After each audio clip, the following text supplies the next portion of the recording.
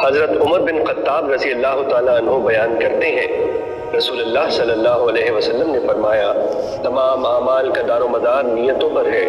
ہر شخص کو وہی کچھ ملے گا جو اس نے نیت کی۔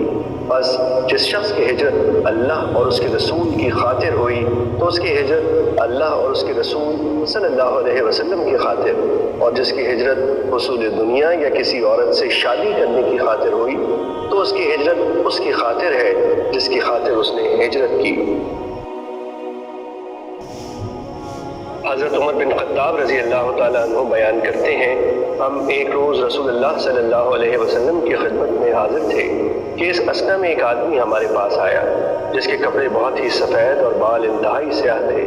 اس پر سفر کے آثار نظر آتے تھے، نہ ہم میں سے کوئی اسے جانتا تھا، حتیٰ کہ وہ دو زانو ہو کر نبی صلی اللہ علیہ وسلم کے سامنے بیٹھ گیا اور اس نے اپنے دونوں ہاتھ اپنی رانوں پر رکھ لیے اور کہا، محمد صلی اللہ علیہ وسلم اسلام کے متعلق مجھے بتائیں۔ آپ صلی اللہ علیہ وسلم نے فرمایا، اسلام یہ ہے کہ تم گواہی دو کہ اللہ کے سوا کوئی معبود برحق نہیں، اور یہ کہ محمد اللہ کے رسول ہیں، نماز قائم کرو، زکوٰۃ ادا کرو، رمضان کے روزے رکھو، اور اگر استطاعت ہو تو بیت اللہ کا حج کرو۔ اس نے کہا، آپ نے سچ فرمایا۔ ہمیں اس سے تعجب ہوا کہ وہ آپ سے پوچھتا ہے اور آپ کی تصدیق بھی کرتا ہے۔ اس نے کہا، ایمان کے بارے میں مجھے بتائیں۔ آپ صلی اللہ علیہ وسلم نے فرمایا، یہ کہ تم اللہ پر، اس کے فرشتوں، اس کی کتابوں، اس کے رسولوں اور یوم آخرت پر ایمان لاؤ، اور تم تقدیر کے اچھا اور برا ہونے پر ایمان لاؤ۔ اس نے کہا، آپ نے سچ فرمایا۔ پھر اس نے کہا، احسان کے بارے میں مجھے بتائیں۔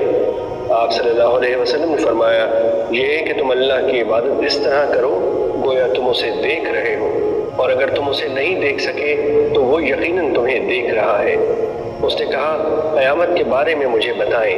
آپ صلی اللہ علیہ وسلم نے فرمایا، مسئول اس کے متعلق سائل سے زیادہ نہیں جانتا۔ اس نے کہا، اس کی نشانیوں کے بارے میں مجھے بتا دیں۔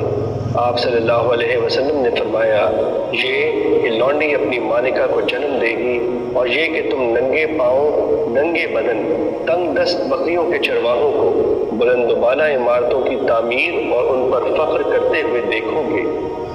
حضرت عمر رضی اللہ تعالیٰ عنہ نے فرمایا، پھر وہ شخص چلا گیا، میں کچھ دیر ٹھہرا، پھر آپ صلی اللہ علیہ وسلم نے مجھ سے پوچھا، عمر کیا تم جانتے ہو سائل کون تھا؟ میں نے عرض کیا، اللہ اور اس کے رسول بہتر جانتے ہیں۔